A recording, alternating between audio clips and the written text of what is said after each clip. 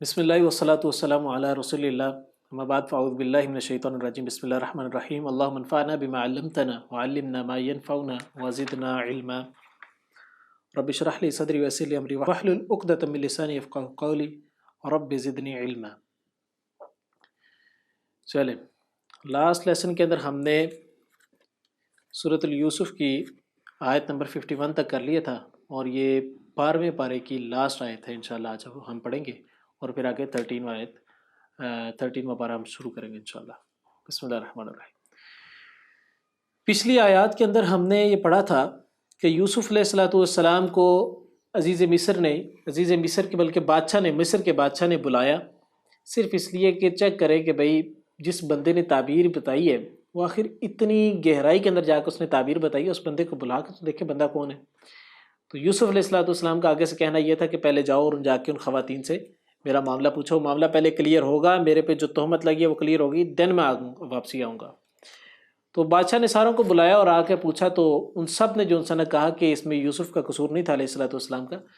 قصور ہمارا تھا، ہم نے پھسلانا چاہا تھا، یوسف کا تو کوئی قصور نہیں تھا، وہ تو سچوں میں تھے سے، وَإِنَّهُ لَمِنَ الصَّادِقِينَ، البتہ وہ تو سچوں میں سے تھا۔ آگے اللہ تعالیٰ فرماتے ہیں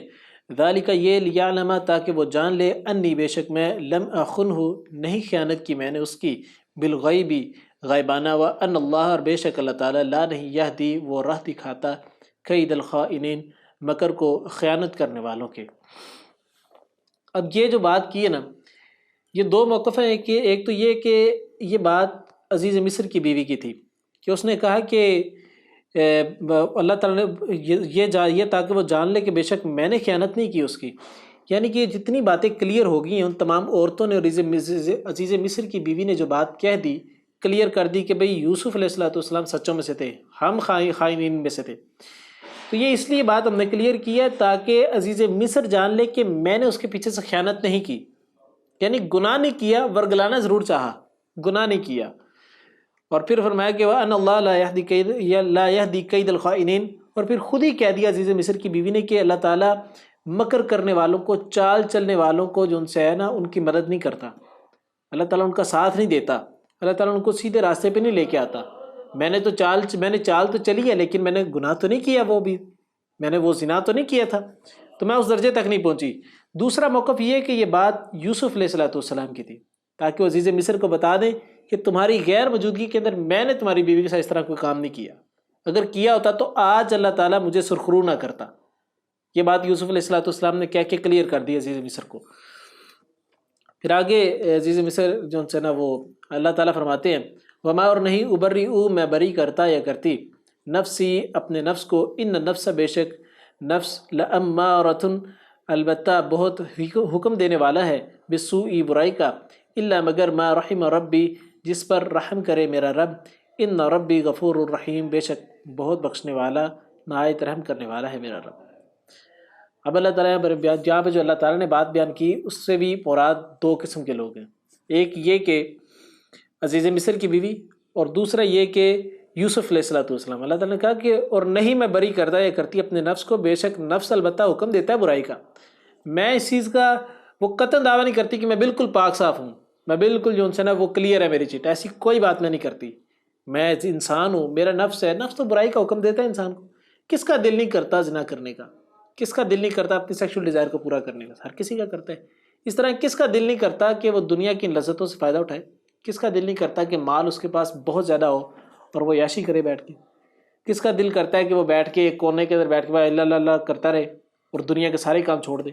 کس کا دل نہیں کرتا اتنے لذیذ قسم کے کھانے کھانے کا، سب کا دل کرتا ہے۔ ہمارا نفس ہے نا، نفس تو ہمیں ان چیزوں کو حکم دیتا ہے، تو ہم اپنے نفس کو پاک نہیں کرتے، الا ما رحم ربی سوائے اس کے کہ ہمارا رب ہمیں ان گناہوں کو کرنے سے بچا لے۔ معلوم یہ ہوا کہ انسان تو گناہ کرنے کی طرف دوڑتا ہے، وہ اللہ تعالیٰ کا رحم ہوتا ہے کہ اللہ تعالیٰ ہمارے پہ رحم کر دے تو ہم گناہوں سے بچ جائیں، اگر اللہ تعالیٰ رحم نہ کرے تو ہم گناہوں سے نہیں بچ سکتے۔ اس سے دوسری بات یہ سیکھنے کو ملتی ہے کہ کوئی بھی گناہ جو ان سے ہے اس سے اگر بچنا چاہتے ہیں تو اللہ سے دعا کر لیں، الا ما رحم ربی، کیونکہ گناہ سے بچنے کا ایک ہی فارمولہ سورہ یوسف کے اندر اللہ تعالیٰ نے بیان کیا، وہ یہ کہ انسان دعا کرے اللہ تعالیٰ سے کہ یا اللہ میں نے یہ گناہ میں کر لوں گا اگر تو نے مجھے نہ بچایا، اللہ تعالیٰ سے دعا کرے۔ انسان گناہ کر رہا ہے تو اس میں بھی انسان دعا کرے یا اللہ میں یہ گناہ کر رہا ہوں، میں نکلنا چاہتا ہوں، میں اکیلا نہیں نکل سکتا،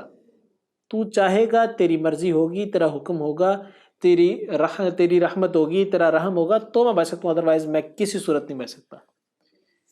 تو آگے اللہ تعالیٰ نے بیان فرمایا کہ ان ربی غفور رحیم، بے شک میرا رب بہت بخشنے والا، نہایت رحم کرنے والا ہے۔ دوسرا اس کا موقف یہ کہ یہ جو بات ہے یہ یوسف علیہ الصلوۃ والسلام نے کہی ہوگی شاید۔ اب یوسف علیہ الصلوۃ والسلام نے کی تو وہ بھی انہوں نے اسی زمرے کے اندر کی کہ میں بھی گناہ کی طرف مائل ہو جاتا، میں بھی تیری عزیز مصر کی بیوی کے ساتھ وہ اپنی سیکشول ڈیزائر پوری کر لیتا، الا ما رحم ربی، اگر میرے رب کا جو ان سے ہے وہ میری پر رحم نہ ہوتا۔ وہ اللہ تعالیٰ نے یوسف علیہ الصلوۃ والسلام پہ کون سی رحمت کی تھی اپنی؟ وہ یہی کی تھی نا کہ اپنی ایک برہان دکھائی تھی، ایک دلیل دکھائی تھی، نشانی دکھائی تھی جب عزیز مصر کی بیوی نے دعوت گناہ دیا تھا۔ تو وہی اللہ تعالیٰ بیان فرما رہے ہیں کہ ان ربی غفور رحیم، بے شک میرا رب بہت بخشنے والا، نہایت رحم کرنے والا ہے۔ بخشنے والا، اگر انسان گناہ کر لے اور اس پہ معافی مانگ لے تو اللہ بخش دے گا۔ رحم کرنے والا، انسان اللہ سے دعا کرے اور گناہوں سے بچ جائے تو اللہ تعالیٰ کی رحمت آئی ہے، اس سے مراد دیا۔ آگے فرمایا وقال الملک، اور کہا بادشاہ نے، ائتونی، لاؤ میرے پاس، بہی، اسے، استخلصہ، میں اسے خاص کر لوں، لنفسی، اپنی ذات کے لیے۔ فلما، پھر جب، کلمہ، اس نے بات چیت کی اس سے، قال، کہا، انک، بے شک تو، الیوم، آج سے، لدینا، ہمارے ہاں، مکین، امین، مرتبے والا، امانت دار ہے۔ اب بادشاہ نے جب یوسف علیہ الصلوۃ والسلام کا کردار دیکھا، کریکٹر دیکھا کہ بھئی ایک وہ بندہ جو کہ غلام بن کے گھر پہ آیا تھا اور حسن پیک پہ ہے، جوانی پیک پہ ہے، ہر چیز اس کے پاس موجود ہے، ہر قسم کی فیسلٹی موجود ہے، اور جو دعوت گناہ دینے والی عورت ہے وہ بھی کوئی عام نہیں ہے، وہ بھی حسن کی پیک پہ ہے، مال کے لحاظ سے اخیر درجے پہ ایلیٹ ہے، پھر یہ کہ کسی قسم کا سیکورٹی تھریٹ بھی نہیں ہے کہ میں جناب وہ جو یہ راز ہے اس کو فاش کر دوں گی، ایسا بھی کوئی سین نہیں ہے، ہر قسم کی سیکورٹی بھی ہے، لیکن پھر بھی گناہ سے وہ بندہ بچا ہے، گناہ سے بچا ہے، اور پھر جو ان سے ہے انہی عورتوں نے، ایک نہیں کتنی عورتوں نے دعوت گناہ دی، ان سب سے بچا ہے، اور پھر ان عورتوں نے چال چل کے جو سے نے اس کو جیل میں بھجوایا، یہ پھر بھی جیل میں جانے پہ راضی ہو گیا، اس نے گناہ نہیں کیا، اور اس کے بعد جیل میں بھی جا کے اس نے اپنی ایمانداری کو سلامت رکھا، اس نے امانت داری کو سلامت رکھا، گناہ کی طرف مائل نہیں ہوا، کسی کے ساتھ برا نہیں کیا، اسی لیے لوگ اس کے پاس آ کے اپنی باتیں بتاتے، باتیں شیئر کرتے تھے، اسی لیے لوگ آ کے مسائل پوچھا کرتے تھے، اسی لیے لوگ آ کے اپنے خوابوں کی تعبیر پوچھا کرتے، تعبیر اسی سے پوچھتے ہیں جو بندہ بڑا ہی نیک لگتا ہو ہمیں، کہ بڑا علم والا لگتا ہو، کسی جاہل بندے سے تو نہیں کوئی خواب شیئر کرتا کہ بھائی مجھے تعبیر بتاؤ، مجھے یہ خواب ہے، ایسا تو نہیں ہوتا۔ تو یوسف علیہ الصلوۃ والسلام سے بڑا امپریس ہوا بادشاہ، اور پھر یہ کہ اس کو میں نے بلایا ہے، میں اس کو آزاد کرنا چاہتا ہوں، یہ باہر نہیں آ رہا، صرف اس لیے کہ میرے پہ جو تہمت لگی جب تک کلیئر نہیں ہوگی میں نہیں آؤں گا، اتنی بڑی بات۔ اور بادشاہ جب اتنا متاثر ہو گیا، اور پھر اس بات سے متاثر ہوا کہ وہ عورتیں جنہوں نے خود دعوت گناہ دیا تھا، یوسف اپنے اوپر سے اس تہمت کو ہٹانا چاہ رہے تھے، وہ عورتیں خود اس بات کا اقرار کر رہی ہیں کہ ہم گناہ گار تھے، یوسف پاک ہے۔ اس سے بڑھ کے انسان کی ایمانداری داری کیا ہو سکتی ہے؟ اس سے بڑھ کے انسان کا لیول کیا ہو سکتا ہے کہ دوسرے بندے انسان کی گواہی، دشمن انسان کی گواہی دے کہ بھائی یہ بندہ صحیح ہے، یہ بندہ سچا ہے۔ اس سے بڑھ کے انسان کی پاک دامنی اور کیا ہو سکتی ہے، اور کریکٹر کیا ہو سکتا ہے؟ تو بادشاہ بڑا امپریس ہوا، اس نے کہا کہ اس بندے کو لے کے آؤ میرے پاس، میں اسے خاص کر لوں اپنی ذات کے ساتھ، استخلصہ لنفسی، میں اسے خاص کر لوں اپنے نفس، اپنی ذات کے ساتھ، یعنی اپنی بادشاہت کے اندر میں اس کو اپنا خاص بندہ بنا لوں جس سے ہر قسم کی مشاورت ہو سکے۔ پھر میں فلما ہوں، پھر جب اس نے بات چیت کی اس سے، قال، کہا، انک الیوم لدینا مکین امین، بے شک تو آئے سے ہمارے یہاں مرتبے والا امانت دار ہے۔ جب یوسف علیہ الصلوۃ والسلام بادشاہ کے پاس گئے تو بادشاہ نے ایک سٹیٹمنٹ بیان کی، وہ یہ کہ آج سے تو ہمارے پاس ایک بڑے مرتبے والا، یعنی بڑے سٹیٹس پہ، ایک بڑے عہدے پہ، بڑی ڈیزگنیشن پہ ہوگا، اور تو امانت دار بھی ہے۔ مجھے پتہ ہے کہ تمہیں جو بھی امانت دی جائے گی، جو بھی تمہیں ڈیزگنیشن دی جائے گی، تم اس کو پورا کرنے والے ہو، اس کی حفاظت کرنے والے ہو، اس کے لیے امانت دار ہو۔ یعنی کہ بادشاہ نے اس کو پہلے سے ڈیزگنیشن دے دی یوسف علیہ الصلوۃ والسلام کو، ایک بڑے عہدے پہ بٹھا دیا۔ اچھا، بڑے عہدے پہ بٹھایا، ہر قسم کے معاملات کے اندر، تمام بادشاہت کے اندر، استخلص لنفسی کا مطلب یہ ہے پوری کی پوری بادشاہت کے اندر تم ایک خاص بندے ہو جس سے ہر قسم کا مشورہ لیا جا سکتا ہے، جو ہر قسم کی وزارت کے اندر اپنی، جو ان سے نا ہر قسم کی منسٹری کے اندر اپنی بات چیت کر سکتے ہو، تمہاری بات کی وہاں پہ وقت ہوگی، بات کی مانا جائے گا، یعنی کہ ہر قسم کی وزارت کے کلی طور پہ اجازت دی تھی۔ آگے اللہ تعالیٰ نے فرمایا، قال، اس نے کہا، اجعلنی، مقرر کر دیجئے مجھے، علی خزائن الارض، خزانوں پر زمین کے، انی، بے شک میں ہوں، حفیظ علیم، بہت حفاظت کرنے والا، خوب علم رکھنے والا۔ اب بادشاہ نے تو ان کو، یوسف علیہ الصلوۃ والسلام کو کلی طور پہ پوری بادشاہت کی جو ان سے نا وہ اختیار دے دیا۔ جب پوری بادشاہت کا اختیار دیا تو یوسف نے کیا کہا؟ یوسف علیہ السلام نے کہا کہ نہیں، پوری بادشاہت نہیں،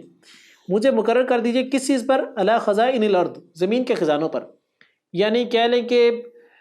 ملک کے جو فائنینشلی سچویشن ہے نا، اس کو جو کنٹرول کرتی ہے منسٹری، مجھے اس کا صدر بنا دے. انہوں نے خود اپنے لیے ایک عہدہ جو ہے نا کہہ دیا. بادشاہ نے تو کلی طور پہ کمت دی تھی، انہوں نے کہا مجھے کلی طور پہ نہیں چاہیے، مجھے یہ منسٹری دے دیں.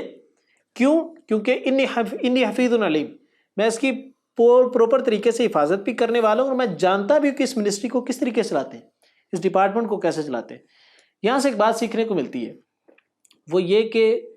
ڈیزگنیشن، کوئی بھی عہدہ، کوئی بھی منصب، چاہے وہ حکومتی ہو چاہے کسی ادارے کا ہو، وہ خود طلب نہیں کیا جا سکتا.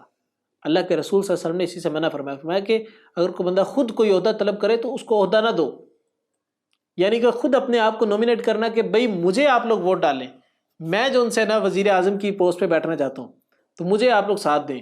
اللہ کے رسول نے فرمایا ایسے بندے کا ساتھ نہیں دینا چاہیے. اب آج کل کی ڈیموکریسی کے اندر کیا یہی تو چیز ہے. ڈیموکریسی کے اندر بندہ اپنے آپ کو کھڑا کرتا ہے کہ بھئی میں ایک ایم این اے کے الیکشن لڑنے لگا ہوں تو مجھے سارے ووٹ دیں، میں آپ کے ووٹ سے جو ان سے نا ایم این اے بن جاؤں گا، پھر ایم این اے بن کے میں آگے جو ان سے نا وہ سارے ایم این ایس کے ساتھ مل کے میں ایک وزیر اعظم کو سلیکٹ کر لوں گا. اسی طریقے سے ہماری ڈیموکریسی چلتی ہے نا، ہماری گورنمنٹ کا قانون چلتا ہے، ہماری جو سے جمہوریت چلتی ہے، کیونکہ اسلامی جمہوریہ پاکستان کے اندر رہتا ہے، جمہوریت کے اندر یہی ہوتا ہے. لیکن قرآن کا قانون کیا ہے؟ قرآن کا قانون یہ ہے کہ بندہ خود اپنے آپ کو نومینیٹ نہیں کر سکتا کسی وزارت کے لیے. ہاں،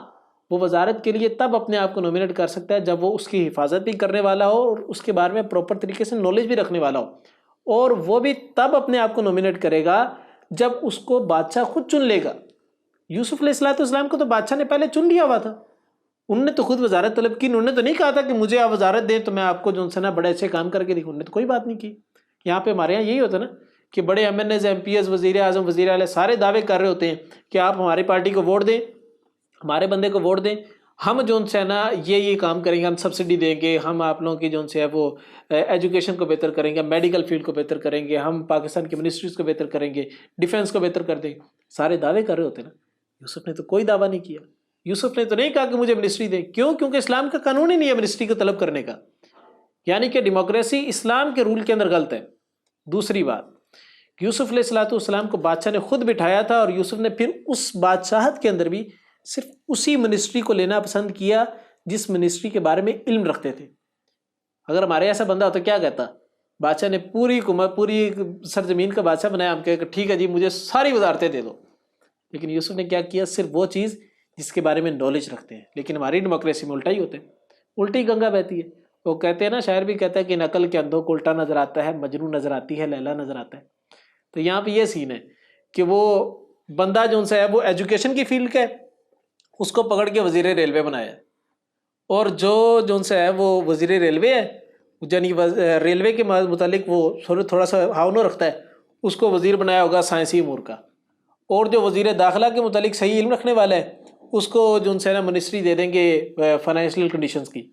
اور جو وزیر اعظم کی پوسٹ کو بہتر چلانے والا ہے اس کو وزیر اعلیٰ بنا دیں گے. سارے طریقے سے الٹی طریقے سے نا وہ گند مچا کے رکھا ہوتا ہے ڈیموکریسی کے اندر. پر اللہ تعالیٰ ہمیں صحیح طریقے سے حکومتی نظام کو سمجھنے کی اور اس پر عمل کرنے کی توفیق عطا فرمائے. آگے اللہ تعالیٰ نے فرمایا وَكَذَلِكَ، اور اسی طرح مَكَّنَّا، اقتدار دیا ہم نے یوسف کو فی الارض، زمین میں. یعنی کہ اللہ تعالیٰ نے اقتدار سے مراد یہ ہے کہ اللہ تعالیٰ نے غالب امکان یہ کہ اللہ تعالیٰ نے پورے مصر کا جو ان سے ہے وہ بادشاہ بنا دیا. بادشاہ نہیں بنایا تو کم از کم ہر قسم کی صدارت ان کے انڈر ہی آ گئی. ٹھیک ہے، صرف وہ فائنینشیل سٹرکچر والی وزارت نہیں بلکہ پوری قسم کی وزارتیں ان کے انڈر ہی آ گئیں. پھر فرمایا کہ یتبوأ، وہ رہتا منہا، اس سے،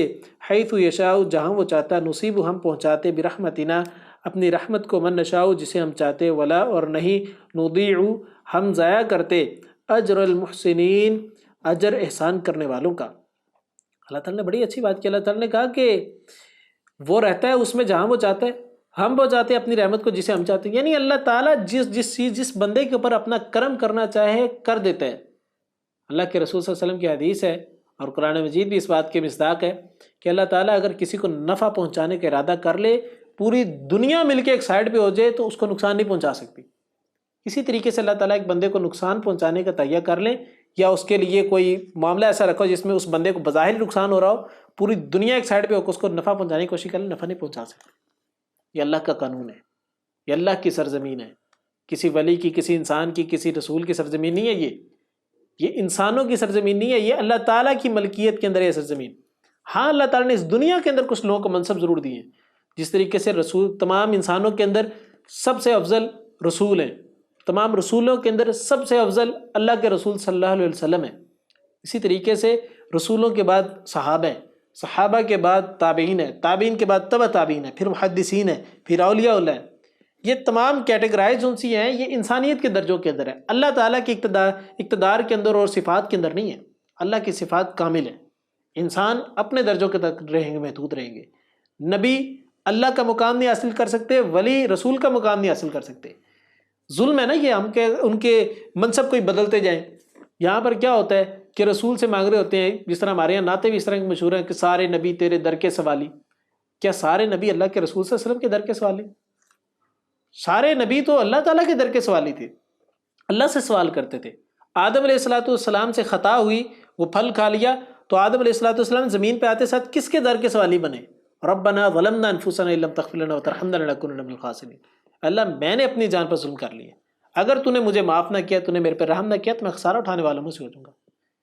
یہ نبی جو ان سے اللہ تعالیٰ سے التجا کر رہے ہیں، درخواست کر رہے ہیں، کس کے در کے سوالی؟ سوائے اللہ تعالیٰ کے، اور کسی کے در کے سوالی نہیں ہو سکتے۔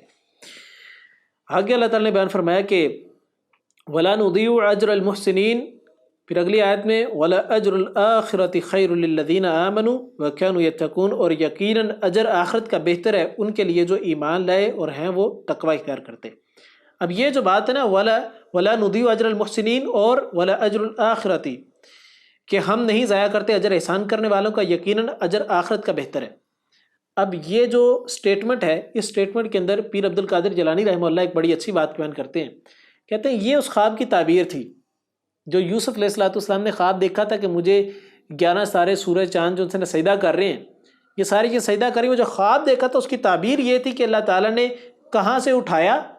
کہاں سے وہ شام کی سرزمین کے اندر جو ان سے رہتے تھے، بڑے ہی غریب گھرانے کے اندر رہتے تھے، وہاں سے کنویں کے اندر چلے گئے، کنویں سے جو ان کتنے دن کنویں کے اندر رہے ہونے، پھر وہاں سے بازاروں کے اندر بکتے ہوئے عزیز مصر کے گھر آئے، وہاں پر تہمتیں جھیلی، وہاں پر کتنی جو ان سے وہ ٹونٹ برداشت کیے ہوں گے عزیز مصر کی بیوی کے، پھر وہاں سے جیل کے اندر گئے، جیل کے اندر کتنے سال رہے، پھر اس کے بعد اس بندے جس بندے پہ احسان کیا، تعبیر بتا کہ اس بندے نے احسان فراموشی کی، وہ بھی تکلیف برداشت کی، پھر اس کے بعد وہاں سے اٹھے تو پھر بادشاہ کے دربار کے اندر پہنچے تو بادشاہ نے کس منظر پہ بٹھا دیا۔ یہ اس چیز کا اجر ہے کہ کہاں پر خواب دیکھا اور کہاں پہ اللہ تعالیٰ نے بادشاہ کے ذریعے سے وہ مقام دے دیا، یہ اس چیز کا اجر ہے جو کہ محسن ہوتے ہیں، احسان کرنے والے ہوتے ہیں۔ یوسف علیہ السلام دوسرے لوگوں پہ احسان کرتے تھے، دوسرے لوگوں سے بھلا کرتے تھے۔ اگر یوسف علیہ السلام بھلا کرنے والے نہ ہوتے تو اللہ تعالیٰ کبھی بھی اتنا بڑا مقام نہ دیتے۔ یہ ہے اس خواب کی تعبیر پیر عبد القادر جیلانی رحمہ اللہ کے بقول۔ آگے فرمایا کہ للذین آمنوا وکانوا یتقون، اور ان کے لیے یہ اجر ہے آخرت کا بہترین جو کہ تقوی اختیار کرتے ہیں۔ دنیا کی وزارتیں ساری ایک سائڈ پہ، اللہ تعالیٰ نے کیا کہا کہ پیچھے وزارت کس کا تذکرہ آ رہا ہے؟ ساری کی دنیا کی وزارتوں کا، مصر کی وزارت کا نا۔ تو آگے اللہ تعالیٰ نے کہا کہ ولا اجر الاخرۃ خیر للذین آمنوا وکانوا یتقون، اور آخرت کا اجر سب سے بہترین ہے ان لوگوں کے لیے جو ایمان لاتے ہیں، تقوی اختیار کرتے ہیں۔ معلوم یہ ہوا دنیا کی ساری وزارتیں ایک سائڈ پہ ہوں، ایک امامت، ایک خطابت، ایک مسلح کی وزارت ایک سائڈ پہ ہو تو وہ تمام دنیا کی وزارتوں سے افضل ہے۔ اس کی مثال اسی طریقے سے لے سکتے ہیں کہ ایک انجینئر جب کوئی چیز ڈلیور کر رہا ہوتا ہے، کوئی چیز سکھا رہا ہوتا ہے یا کوئی چیز ٹھیک کر رہا ہوتا ہے، اس کو سننے کے لیے ساری دنیا نہیں بیٹھی ہوتی، اس کی وہ الیکٹریشین والے کام سارے سیکھنے کے لیے، مشین کی کاریگری کو سیکھنے کے لیے، مشین کی ٹیکنیشین کو سیکھنے کے لیے ڈاکٹر نہیں سامنے بیٹھے ہوتے، فزیشین نہیں سامنے بیٹھے ہوتے، لیکن ایک امام، ایک مدرس، ایک معلم جب تعلیم دے رہا ہوتا ہے، جب علم آگے پہنچا رہا ہوتا ہے، علم نافع دے رہا ہوتا ہے، پڑھا رہا ہوتا ہے، دین پڑھا رہا ہوتا ہے، اس کے سامنے بیٹھنے والے استاد ہی بیٹھے ہوتے ہیں، شاگرد بھی بیٹھے ہوتے ہیں، ڈاکٹر بھی ہوتے ہیں، انجینئر بھی ہوتے ہیں، فوج کے اندر بھی ہوتے ہیں، ہر محکمے کے لوگ ہوتے ہیں۔ یہ اللہ تعالیٰ نے منصب دیا، اور اسی لیے فرمایا کہ وَلَا أَجْرُ الْآخِرَةِ خَيْرٌ لِلَّذِينَ آمَنُوا وَكَانُوا يَتَّقُونَ۔ یہ تعلیم کا شعبہ بظاہر لوگوں کو ضرور لگتا ہو کہ یار اس میں پیسہ نہیں ہے، کیوں؟ کیونکہ اللہ تعالیٰ نے تو کہا کہ آخرت کا اجر بہترین ہے، اس میں آخرت کے اجر کو دیکھتے ہوئے برداشت کرنا پڑے گا، آخرت کے اجر کو دیکھتے ہوئے اس فیلڈ میں آنا پڑے گا۔ جب اس فیلڈ میں آنا ہے پھر ظاہری بات فائنینشلی کرائسس کو دیکھنا پڑے گا، لیکن اللہ ماشاءاللہ اللہ تعالیٰ کسی کو نوازنے پہ آئے تو اس کو اس وزارت کے اندر بھی نواز دیتے ہیں۔ فرمایا وجاء، اور آئے اخواتن بھائی یوسف کے، فدخلوا پھر وہ داخل ہوئے علیہ اس پر، فعرفہم پھر اس نے پہچان لیا انہیں، وہم لہو منکرون جبکہ وہ اس سے ناواقف تھے۔ اللہ تعالیٰ نے پیچھے سارا وہ 7 سال کا جو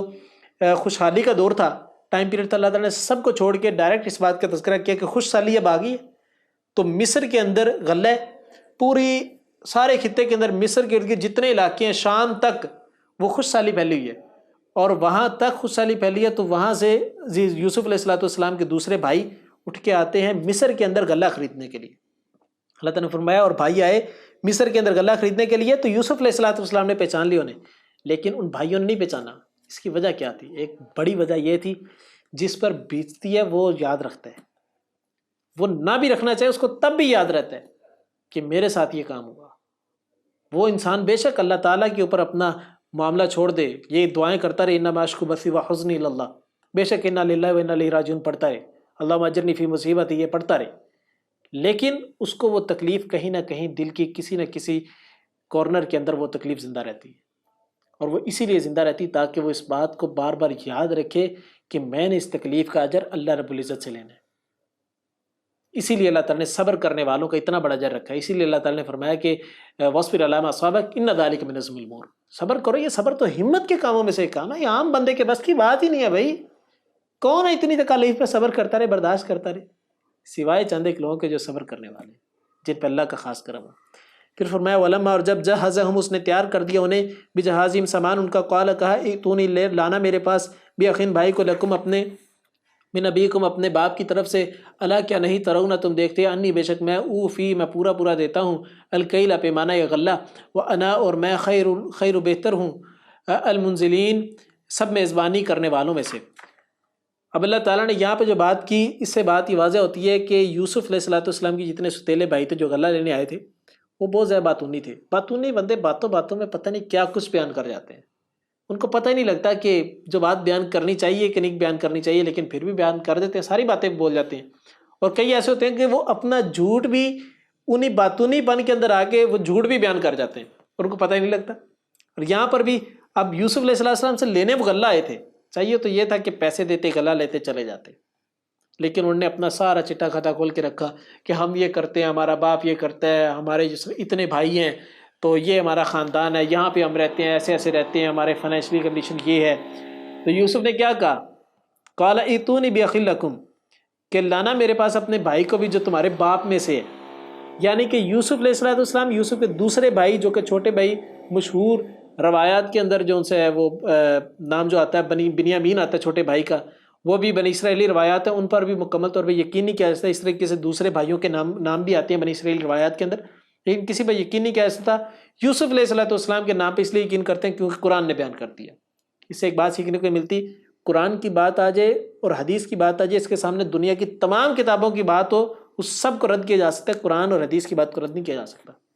جب دنیا کی تمام باتوں کو رد کیا جا سکتا ہے، اسی طریقے سے دنیا کے تمام انسانوں کی باتوں کو بھی رد کیا جا سکتا ہے جہاں پہ قرآن اور حدیث کی بات آ جائے۔ آگے فرمایا کہ تمہارے باپ میں سے جو بھائی ہے نا، یعنی دوسرا ہے تمہارا ستیلا بھائی، اس کو بھی لے کے آنا میرے پاس۔ کیوں؟ کیونکہ تم دیکھتے ہو کہ میں تو غلہ پورا پورا دیتا ہوں، میں تو بڑی اچھے طریقے سے مہمان نوازی بھی کرتا ہوں، میں بڑے لوگوں کا خیال بھی رکھتا ہوں۔ فَإِن لَمْ تَأْتُونِي، پھر اگر نہ تم لاؤ میرے پاس، بھی اسے، فلا پس نہیں، کئی لا کوئی پیمانہ، غلہ لکم تمہارے لیے، عندی میرے پاس، ولا تقربون اور نہ تم میرے قریب آنا۔ اب یوسف علیہ السلام نے دھمکی دی، اگر تم نہ لے کے آئے نا تو نہ تمہیں غلہ ملنا ہے، اور جو تم مہمان نوازی تم لوگوں کی ہو رہی ہے نا، یعنی اس سے معلوم یہ تھا کہ یوسف علیہ السلام نے تمام غلہ خریدنے والوں کے لیے بڑی اچھی مہمان نوازی کا انتظام کیا تھا۔ اس سے ایک بات سیکھنے کو ملتی ہے کہ جب فائنینشلی کرائسس آ جائیں کسی کنٹری کے اندر، جو لوگ صاحب ثروت ہیں یا فلاحی NGOs چلانے والے ہیں، وہ لوگوں کو آگے ڈونیٹ کرتے ہیں، تو وہ لوگوں کے ساتھ حسن سلوک والا معاملہ کریں، یہ بیکاریوں والا معاملہ نہ کریں، ان کو دھوپ میں کھڑا نہ رکھیں،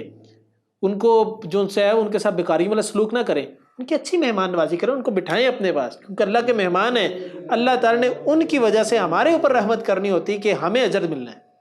سمجھ رہے بات کو؟ اسی لیے جو ان کی مہمان نوازی کریں۔ یوسف نے کہا کہ اگر تم بھائی کو نہ لے کے آئے تو نہ تمہیں آئندہ غلہ ملے گا، اور نہ تم میرے پاس آنا۔ پاس نہ آنے کا مطلب یہ تمہاری مہمان نوازی کوئی نہیں ہونی، یعنی ذلیل کروں گا میں۔ آگے قالوا، انہوں نے کہا، سنراود، ہم ضرور آمادہ کریں گے، عنہ اس کے بارے میں، اباہ اس کے والد کو، وَإِنَّا اور بے شک ہم، لفاعلون البتہ ضرور کرنے والے ہیں۔ اور سارے بھائیوں نے یک بیک کہا کہ ہم کوشش کریں گے کہ اس کے باپ کو ضرور منا لیں، لیکن گارنٹی دے سکتے لیکن ہم پوری کوشش کریں کہ ہم ادا کر لیں۔ وقال، اور اس نے کہا لفتیانہ، اپنے غلاموں کو، اجعلوا، رکھ دو، بضاعتہم، پونجی یا سرمایہ ان کا، فی رحالہم، ان کے سامان سفر میں، لعلہم، شاید کہ وہ یعرفونہ، وہ اسے پہچان جائیں، اذا، جب، انقلبوا، وہ پلٹیں، الی اہلہم، طرف اپنے گھر والوں کے، لعلہم، شاید کہ وہ یرجعون، وہ لوٹیں۔ اب یوسف علیہ السلام نے ایک پلاننگ تیار کی۔ پلاننگ یہ کی، جیسے ان بھائیوں نے پیسے دیے، غلہ لیا، غلہ لوڈ ہو گیا سارا، اب غلام رکھے تھے وہ غلہ لوڈ کرتے تھے ان اونٹوں کے اوپر، سامان لوڈ ہوتا تھا، سامان لوڈ کیا تو سامان جب لوڈ کر لیا تو اس کے بعد جو ان سے یوسف علیہ السلام نے ایک غلام سے کہا کہ تم جو ان کا مال، جو ان سے پیسے، جو ان سے نا جن سے غلہ خریدا ہوا ہے، وہ پیسے بھی ان کے سامان کے اندر ہی ڈال دینا۔ ان کے جب سامان کے اندر ہی وہ پیسے ڈال دو گے تو اسے ہوگا یہ کہ جب یہ گھر جائیں گے، کیونکہ میں نے ان کو کہا کہ بھائی کو لے کے آنا ہے، اگر یہ بھائی کو نہ لانے پہ آمادہ رہے، یعنی ان کا یقینی ہوگا یار بھائی کو نہیں لے کے جانا ہم نے، تو یہ کم از کم جب غلہ کھولیں گے اس میں دیکھیں گے پیسے، تو ان کو یاد آئے گا کہ نہیں یار لے کے جانا چاہیے، وہ تو بندہ بڑا اچھا تھا، وہ ظلم نہیں کرے گا ہمارے ساتھ، سمجھے بات کو؟ اسی لیے جو ان سے انہوں نے پیسے ڈال دیے۔ فلما، تو جب رجعوا، وہ لوٹے، الی ابیہم، طرف اپنے والد کے، قالوا، انہوں نے کہا یا ابانا، ہمارے ابا جان، منع، روک دیا گیا، منا، ہم سے، الکیل، پیمانہ، غلہ، فارسل، تو بھیج دے، معنا، ساتھ ہمارے، اخانا، ہمارے بھائی کو، نقتل، ہم ناپ بھر غلہ لائیں، وَإِنَّا، اور بے شک ہم، لہو، اس کی، لحافظون، البتہ حفاظت کرنے والے ہیں۔ اب ہوتا یہ تھا کہ ایک بندے کے عوض ایک اونٹ کا سامان دیا جاتا تھا، ٹھیک ہے، ایک بندے کے عوض ایک اونٹ کا سامان دیا تھا۔ اب جتنے بھائی کے اتنے ہی اونٹ کا سامان ملا ہے پیسے دے کے بھی، لیکن اگر چھوٹے بھائی کو بھی ساتھ لیتے، بنیامین کو ساتھ لے جاتے، جو یوسف علیہ السلام کے سگے بھائی تھے ان کو بھی ساتھ لیتے تو ایک اور سامان مل جانا تھا، ایک اور اونٹ بھر کے سامان مل جانا تھا۔ تو انہوں نے آتے ساتھ اپنے ابا کو سامان نہیں دکھایا، خوشخبری نہیں سنائی کہ ہمیں سامان مل گیا، انہوں نے جاتے ساتھ اپنی فائنینشلی کنڈیشن ظاہر کی، یعنی اس آیت سے ان کی فائنینشلی اسٹرکچر بھی ظاہر ہوتا ہے کہ وہ بڑے ہی غریب گھرانے سے تھے۔ انہیں فوراً سے کیا بات کی کہ ابا جان، ہمیں جو ان سے ہے نا وہ غلہ لینے سے منع کر دیا گیا، اب ہم غلہ نہیں خرید سکتے ان سے۔ دوسری بات یہ کہی کہ ہم غلہ اس لیے نہیں خرید سکتے کیونکہ انہوں نے کہا کہ ہمارے ساتھ بھیجنا ہے یوسف کے بھائی کو، تو لہٰذا آپ بنیامین کو ہمارے ساتھ بھیج دینا، تو ہم جو ان سے ہے اس کے ساتھ جانے سے ایک اور ایکسٹرا اونٹ جو ان سے نا غلے کا بھر کے لے آئیں گے، اتنے سے سامان سے تو ہمارا گزارا نہیں ہونا، تو اور آگے کا سامان تو ہم اس کی حفاظت بھی کریں گے، اس کو کچھ نہیں ہونے دیں گے۔ اب وَإِنَّا لَهُ لَحَافِظُونَ، البتہ ہم حفاظت کرنے والے، یہ کہنے کی ضرورت اس لیے محسوس ہوئی کیونکہ ان کو پتا تھا انہوں نے جو یوسف کے ساتھ معاملہ کیا ہے، ابا جان اس معاملے میں ہمارے پر اعتبار نہیں کریں گے۔ قال، کہا، هل آمنکم، نہیں میں اعتبار کر سکتا تم پر، علیہ، اس کے معاملے میں، الا، مگر، کما، جیسا کہ، امنتکم، اعتبار کیا تھا میں نے تم پر، علی اخیہ، اس کے بھائی کے معاملے میں، من قبل، اس سے پہلے، فاللہ خیر حافظا، بس اللہ بہترین حفاظت کرنے والا ہے، وہو ارحم الراحمین، اور وہی سب زیادہ رحم کرنے والا ہے رحم کرنے والوں سے۔ اللہ تعالیٰ نے ایک بات بڑی اچھی کی، وہ بات یہ کی کہ یوسف علیہ السلام کے جب یہ بھیجا تو ان بھائیوں نے ساروں نے جا کے یعقوب علیہ السلام سے اب کہا نا کہ اس بھائی کو ہمارے ساتھ بھیج دیں، ہم اس کی حفاظت کریں گے۔ تو یعقوب علیہ السلام نے فوراً سے پہلے ایک بات کی کہ تم کہتے ہو ہم اس کی حفاظت کریں گے، تم نے اس وقت بھی یہ بات کی تھی یوسف کے بارے میں بھی، وہ اچھی حفاظت کرنی تھی تم نے کہ یوسف اس کے بعد ملا ہی نہیں مجھے، تو اتنا اپنے تھوڑا سا نا ان کے ساتھ گلہ کیا۔ تو جیسے ہی گلہ کیا تو پھر اب مجبوری تھی، ظاہر بات بھیجنا تھا تبھی تو غلہ ملنا تھا، ادروائز غلہ نہیں ملنا تھا۔ تو اس طرح کے کرائسس کے اندر بھی جان جو تھی نا انسان کی بچانا، وہ سب سے پہلی پریورٹی ہوتی ہے۔ تو نے اپنی جان بچانے کے لیے کہا کہ ٹھیک ہے لے جاؤ، لیکن یہاں پہ کہا کہ فاللہ خیر حافظا، بس اللہ بہترین حفاظت کرنے والا ہے، وہ ارحم الراحمین، وہ سب سے زیادہ رحم کرنے والا، رحم کرنے والوں میں سے۔ یوسف کے معاملے میں یہ کہا تھا کہ تم جو ان سے نا مجھے ڈر لگتا ہے کہ اس کو کہیں بھیڑیا نہ کھا جائے، اس معاملے میں کہا کہ اللہ حفاظت کرنے والا ہے۔ اس کا نتیجہ یہ نکلا، اللہ تعالیٰ نے غلہ بھی دیا، یوسف سے ملوا دیا، اور بنیامین کی بھی حفاظت کر لی۔ اس سے معلوم یہ ہوتا ہے کہ حفاظت کرنے کے لیے ہمیشہ اللہ تعالیٰ پہ توکل رکھنا چاہیے۔ ٹھیک ہے، چلیں یہاں تک کافی، انشاءاللہ نیکسٹ کلاس کے اندر انشاءاللہ ہم یہیں سے آگے پڑھیں گے۔ سبحانک اللہم و بحمدک، اشہد ان لا الہ الا انت، استغفرک و اتوب الیک۔ السلام علیکم ورحمۃ اللہ وبرکاتہ۔